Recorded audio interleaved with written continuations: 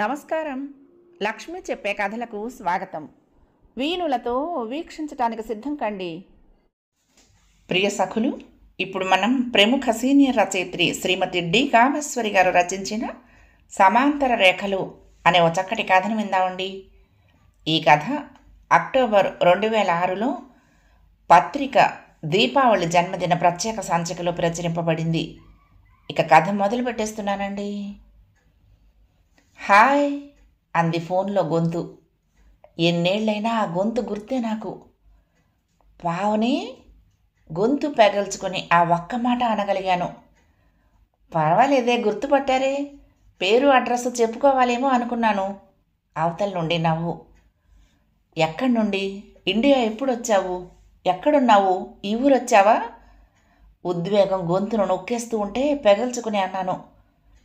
అదంతా తర్వాత, ముందు మీ అడ్రస్ చెప్పు, అక్కడికి ఎలా రావాలో ఈ డ్రైవర్కి చెప్పు. ఓ గంటలో వస్తా, కలిసి భోంచేద్దాము, భోంచేస్తూ కబుర్లు చెప్పుకుందాము. వండే ఓపిక లేకపోతే హోటల్కి వెళ్దాము. వద్దు వద్దు అన్నట్టు శ్రావణి మాట మర్చిపోయాను. అది హోటల్లో మనల్ని కూర్చొనియదు, ఇల్లే బెటరు. కందిపొడి, ఆవకాయ, చారు, పెరుగు చాలు, ఏమి వండకు అంటూ చెప్పేసి ఫోను డ్రైవర్కి ఇచ్చింది. ఎలా రావాలో డ్రైవర్కి గుర్తులు చెప్పి వంటింట్లోకి పరిగెత్తాను. వండిన వంట కూర, పప్పు, పులుసు ఉండనే ఉన్నాయి. దానికి ఉడకబెట్టి వేయించిన బంగాళదుంపల కూర ఇష్టం. 4 బంగాళదుంపలు కుక్కర్లో పడేసి ఉల్లిపాయలు తరిగి వేయించేశాను. ఊరగాయలున్నాయి. ఏదన్నా స్వీట్ ఉంటే బాగుండు. ఇవన్నీ ఇప్పుడు కుదరవు. ఇది ఇన్ఫార్మల్ లంచ్. మరొకసారి భోజనానికి పిలిచి విందు భోజనం పెట్టచ్చు. గబగబా మొహం కడుక్కొని ఇస్త్రీ చీర కట్టుకుని డ్రాయింగ్ రూమ్లో పేపర్లు, పుస్తకాలు అవి సర్దుతూ ఉండగా సుడిగాలిలా రానే వచ్చి చుట్టేసింది. ఆంటీ అంటూ ఉంటే దాని కళ్ళల్లో నీటి పొర. తెలియకుండానే కళ్ళు నిండాయి. కౌగిలిలో నుంచి విడివడి నా మొహం చూసి, సారీ, వెరీ సారీ, నాకు ఇక్కడికి వచ్చే వరకు, మా పద్మత్త చెప్పే వరకు మీ వారి సంగతి తెలియలేదు. సడన్గా పోయారటగా, ఎలా ఉన్నారు? ఒంటరిగా ఉండగలుగుతున్నారా? అదే అలవాటు అవుతుంది, ఏం చేస్తాం? ఇద్దరిలో ఎవరో ఒకరు ముందో వెనకో తప్పదు కదా. ప్రశ్న జవాబులు తానే చెప్పేస్తూ సానుభూతి మాటలు చెప్పేసింది. ఇట్స్ ఓకే, నేను బాగానే ఉన్నాను, అలవాటైపోతుంది ఇప్పుడిప్పుడే, గట్టి పిండాలం మనం, నవ్వుతూ అన్నాను. బాగా చెప్పారు, అలాగే ఉండాలి ఈ రోజుల్లో. ఎవరికెవరు అన్నట్టు డిటాచ్మెంట్గా ఉండటం నేర్చుకోవాలి. భుజం తట్టి చెయ్యి పట్టుకుని సోఫాలో కూర్చోబెట్టింది. అప్పుడు చూశాను శ్రావణిని. సోఫాలో కూర్చుని మా ఇద్దరి వంక ఆశ్చర్యంగా చూస్తున్న 2 ఏళ్ల పాపని. తెల్లగా, బొద్దుగా, ముద్దుగా ఉంది. పొట్టి జీన్స్ కట్టు, తెల్లటి బ్లౌజు వేసుకుని ప్రకటనల్లో బేబీలా ఉంది. అబ్బా, నీ కూతురు ఎంత బాగుందే, నీలానే ఉంది ఎత్తుకుంటూ అన్నాను. కొత్త మొహం చూసి బిక్క మొహం పెట్టి తల్లి వైపు వాలిపోతూ చేతులు చాచింది. కూతుర్ని అందుకుని, it's okay honey, aunty is my best friend లాలిస్తూ ఒళ్ళో కూర్చోబెట్టుకుంది. ఏంటసలు, ఏమైపోయావు ఇన్నాళ్ళు? ఒక్క ఫోన్ అన్నా చేయడానికి తీరిక లేదా? నీ గురించి ఎంత బాధపడ్డానో. మీ మామయ్య భార్యను 2-3 సార్లు అడిగాను. ఆవిడ సరిగ్గా చెప్పలేదు. మరి తెలియక చెప్పలేదో, ఇష్టం లేక చెప్పలేదు. అసలు వాళ్ళు ఎప్పుడూ ఇండియాలో ఉండనే ఉండరు. నీ గురించి ఏ కబురు తెలియక అల్లాడిపోయాను. ఎంత కోపం వచ్చిందో నీ మీద. కోపం, బాధ, ఆవేదన అన్నీ కలిసిపోయాయి నా మాటల్లో. పాపని కింద కార్పెట్ మీద కూర్చోబెట్టి క్యారీ బ్యాగ్లో నుంచి 4-5 బొమ్మలు ముందు పడేసింది ఆడుకోవడానికి. ఏం చెప్పమంటావు? గత 4 ఏళ్ళు నా జీవితంలో బ్లాక్ ఇంకుతో రాసుకోవలసిన పేజీలు. అదంతా ఓ పీడకల అనుకోవాలి. అబ్బా, ఆ టెన్షన్, ఆ బాధ దినదిన గండం లాంటి బతుకు ఆంటీ. నా లైఫ్లో నేను చేసిన అతి పెద్ద తప్పు పెళ్లి చేసుకోవటం. 35 ఏళ్లకు ఆ పాడు బుద్ధి పుట్టి నన్ను నేను రొంపులోకి దింపుకున్నందుకు తిట్టుకొని క్షణం లేదు. కావాల్సిందే నాకు ఈ శాస్తి అని నన్ను నేను చెప్పించుకునేదాన్ని. ఏదో ఓ బలహీన క్షణంలో ఈ ఒంటరి జీవితం కంటే ఓ తోడుంటే బాగుంటుందేమో, జీవితానికి ఓ అర్థం కనిపిస్తుందేమోనన్న పేరాశకి లొంగిపోయానే. అదే నా పాలిట శాపమై కూర్చుంది. కావలసిందే నాకు ఇలా. దాని గొంతు రుద్ధమైంది. పావని, ఊరుకో, నీలాంటి ఆడపిల్లలు కళ్ళ నీళ్ళు పెట్టుకోకూడదు. నీ అంత ధైర్యవంతులు అలా బేలగా మాట్లాడకూడదు. చూడు, ఈ జీవితంలో ఆటుపోట్లు ఎంతటి వారికైనా తప్పవు. అంతా సవ్యంగా ఆనందంగా మనం అనుకున్నట్లు కోరుకున్నట్లు జరిగిపోతే ఇది జీవితం అవ్వదు. ఊహించని మలుపులు కథల్లోనే కాదు, జీవితాల్లోనూ ఉంటాయి. ఎదుర్కొని పరిష్కరించుకునే నిబ్బరం ఈ తరం అమ్మాయిలకుంది. అసలు ఏమైంది? నువ్వు పెళ్లి చేసుకున్నావు అన్నదే నేను విన్న ఆఖరి కబురు. ఓ పక్క ధైర్యం చెప్తూ ఓదార్పుగా అన్నాను. అవునంటీ, అదే నా సంతోషానికి ఆఖరు రోజుగా. ఇక వినటానికే ఉంది, నిర్వేదంగా అంది. ఏమిటి పావని నీ సమస్య? చెప్తే కదా ఎవరన్నా ఏదన్నా సలహా చెప్పటమో సాయం చేయటమో చేయగలరు. ఎవరికి చెప్పుకోవాలంటీ? నాన్న అమ్మ 3 ఏళ్లలో ఒకరి తర్వాత ఒకరు దాటిపోయారు. అన్నయ్యలిద్దరూ ఎవరి జీవితాలు వాళ్ళవి. నా గురించి పట్టించుకునే తీరిక కోరిక లేదు. ఈ ఆంటీని మర్చిపోయావా? కనీసం మాట సాయం అన్నా చేయలేననుకున్నావా? నీ మనసులో బాధ పంచుకోవటానికన్నా నేను గుర్తు రాలేదా? నిష్ఠూరంగా అన్నాను. ఆంటీ, కొన్ని విషయాలు ఎలా చెప్పాలి, ఏమని చెప్పుకోవాలో తెలియనివి. ఎదుటి వారికి చాలా చిన్నవిగా కనిపించే విషయం అనుభవించే వారికి భూతంలా భయపెడుతుంది అని ఇంకా ఏదో చెప్పబోయింది. సరేలే, ముందులే భోజనం చేద్దాము. పాపకి ఏదైనా పెడతావా అడిగాను. ఇప్పుడు ఏం వద్దు, పెట్టే తీసుకొచ్చాను, అదిగో నిద్రపోయింది సోఫాలోనే అంది. పాపని లోపల పడుకోబెట్టి ఇద్దరం భోంచేసి పక్కల మీద వాలాము. ఆ తర్వాత లేచి టీ తాగాము. పావుని ఉన్న ఆ 4 గంటల్లో మొత్తం 4 ఏళ్ల కథని విడత విడతలుగా చెప్పుకొచ్చింది. కాసేపు ఆవేశం, మరి కాసేపు ఆవేదన, కాసేపు నిస్పృహ, నిర్వేదం, రకరకాల భావాలు ఆమెను ముంచెత్తాయి. నీ పెళ్లి వరకు తెలుసు. 35 ఏళ్ళకైనా పెళ్లి చేసుకున్నావు. ఏదో లైఫ్లో సెటిల్ అయ్యావు. ఓ తోడు దొరికిందని సంతోషించాను. ఆ పెళ్ళి నీకు ఆనందాన్ని ఇవ్వకపోగా ఉన్న మనశ్శాంతిని కూడా పోగొట్టుకోవటం నిజంగా బాధగా ఉంది పావని అన్నాను. చెప్పాగా ఆంటీ, బుద్ధి తక్కువ పని చేసినందుకు నన్ను నేను చెప్పుతో కొట్టుకోవాలి. అమ్మ పోయే వరకు నా పెళ్లి చింతతోనే పోయిందని, ఆవిడకి చేతిలో చెయ్యేసి మాటిచ్చానని. సరే, 35 ఏళ్ళు స్వేచ్ఛగా నా ఇష్టానుసారం జీవించానుగా. ఈ ఒంటరి జీవితము బోరు కొట్టి మార్పు కావాలనిపించి తప్పటడుగు వేశాను. కానీ తప్పటడుగని అప్పుడు తెలియదు కదా అంది. కోలీగ్ అంటావు, తెలిసినవాడు అంటున్నావు. మరి అతని గురించి నువ్వేమీ గ్రహించలేకపోయావా? అతని వ్యక్తిత్వం మైనస్ ప్లస్ పాయింట్లు గుర్తించలేకపోయావా? అతని స్వభావాన్ని ఎందుకు అర్థం చేసుకోలేకపోయావు అడిగాను. ఆంటీ, పెళ్ళయ్యే వరకు అంతా మంచివాళ్లే. గర్ల్ ఫ్రెండ్గా ఉన్నన్ని రోజులు లోపాలేమీ కనపడవు. ఆ పెళ్ళి అన్న 2 అక్షరాల పదంతో మొహానికి కప్పుకున్న మాస్కే తొలగి నిజ రూపాలు బయటపడతాయి. భార్య అనగానే సొంతం, ఏమనటానికైనా ఓ హక్కు అనుకుంటారు మగవాళ్ళు. యువతల మనిషికి ఓ వ్యక్తిత్వమో ఇష్టాయిష్టాలు ఉన్నాయని గుర్తెరగరు. ఇది వరకు ఆడవారైతే మరొక గతి లేక, ఆర్థిక స్వాతంత్ర్యం లేక సహించేవారేమో. ఇప్పుడు కూడా అలా ఉండాలంటే ఎలా ఆంటీ అంది ఆవేశంగా. చేసుకోక పెళ్లి చేసుకున్నావు.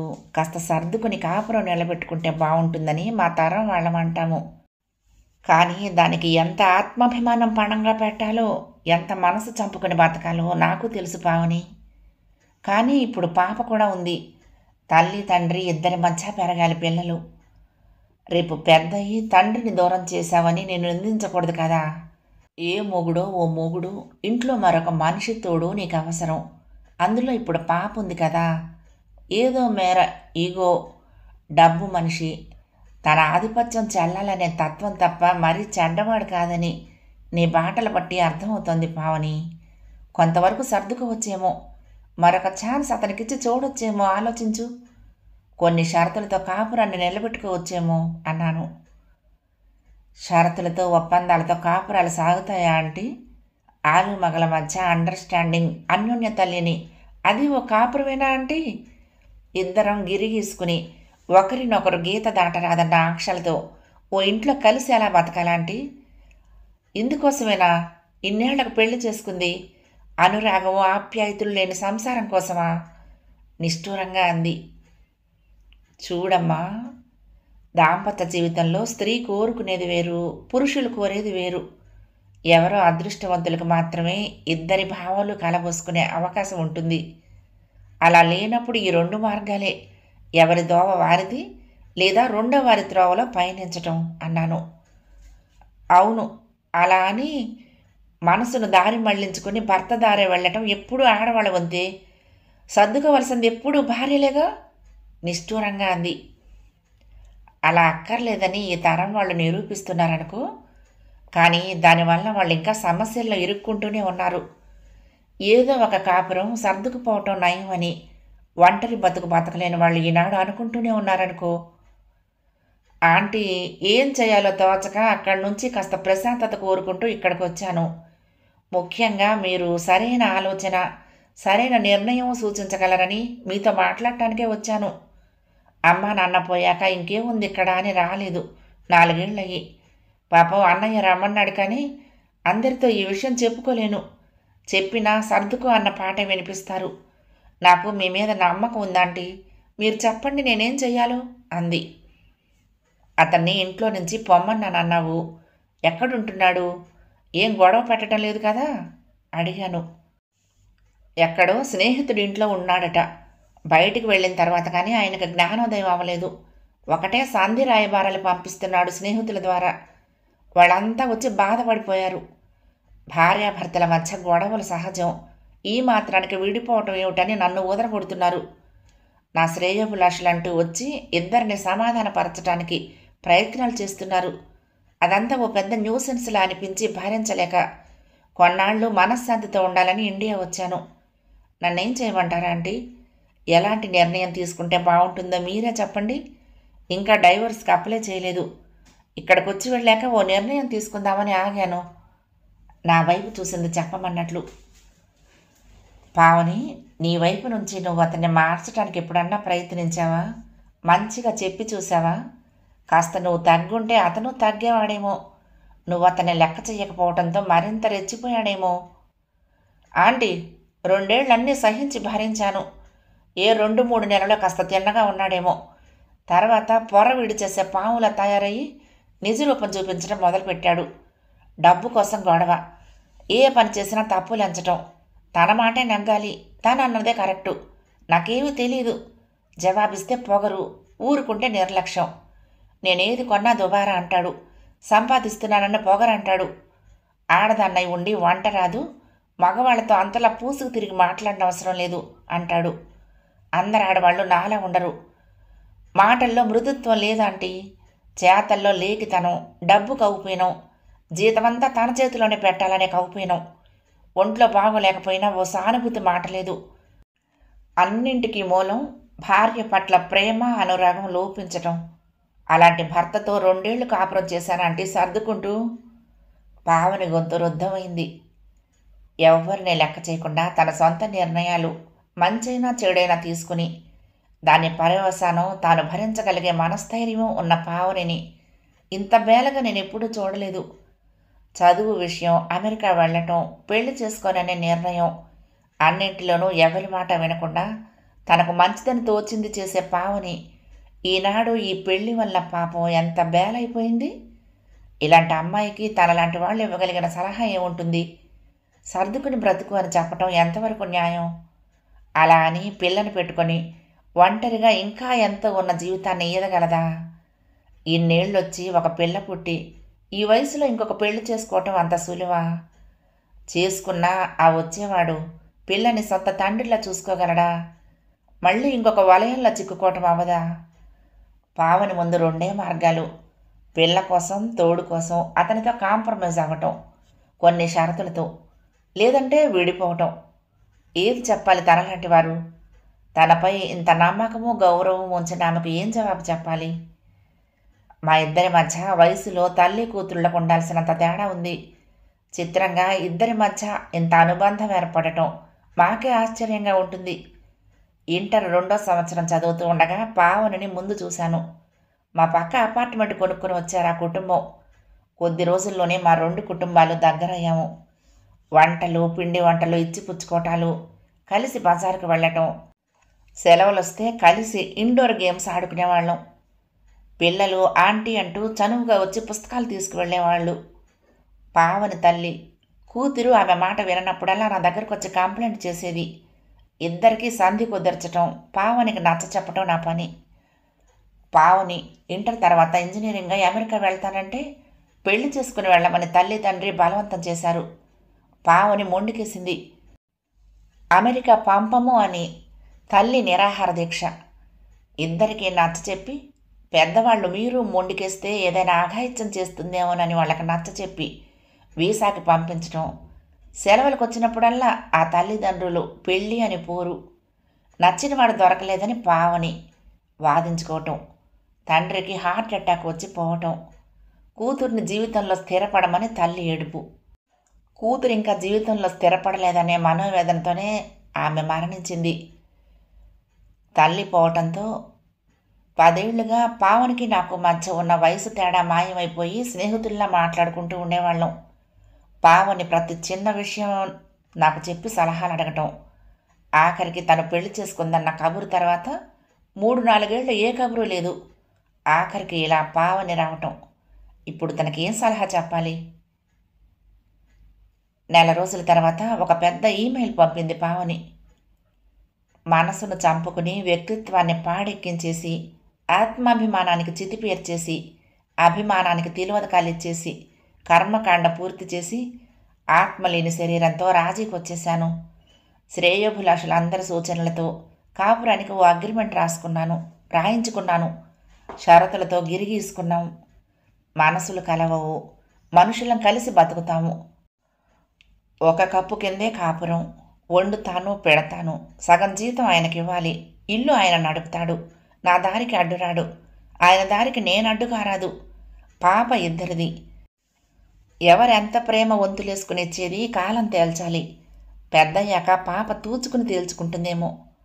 ఆంటీ, ప్రతిదానికి ఓ సాచ్యురేట్ పాయింట్ ఉంటుంది. ఆ స్థితికే వచ్చానిప్పుడు. నాకు ప్రశాంతత కావాలి. నాకింక దేనికోసమో పోరాడి సాధించాలన్న తపన లేదు. హాయిగా నా పాపతో ఆడుకుంటూ, దాని ముద్దు ముచ్చట్లు చూసుకుంటూ ప్రశాంతంగా బతకాలని ఉంది. వాదనలొద్దు, దెబ్బలాటలొద్దు. ఏదో ఒక ఉద్యోగం చేసుకుంటూ.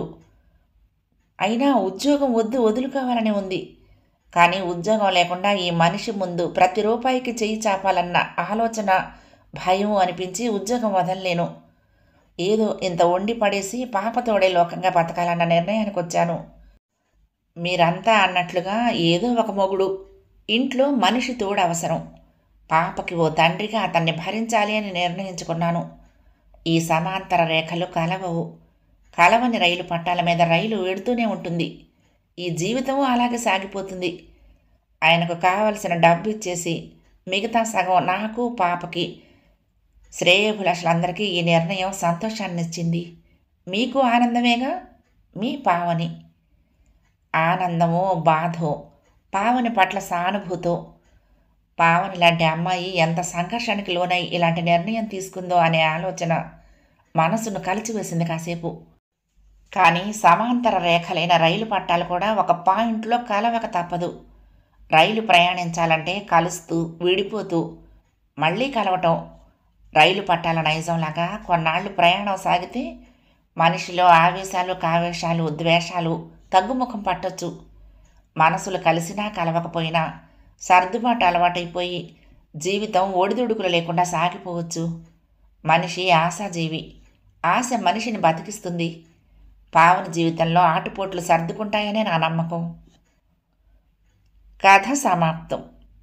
ప్రియ సఖులు, ఈ కథ మీకు నచ్చితే తప్పకుండా లైక్ చేయండి, షేర్ చేయండి, కామెంట్ చేయండి, సబ్స్క్రైబ్ చేసుకుని నన్ను ఎంకరేజ్ చేయండి. ఉంటానండి. ప్రేమతో లక్ష్మి, కృష్ణాతీరం దుర్గమ్మ సన్నిధానం. నమస్తే.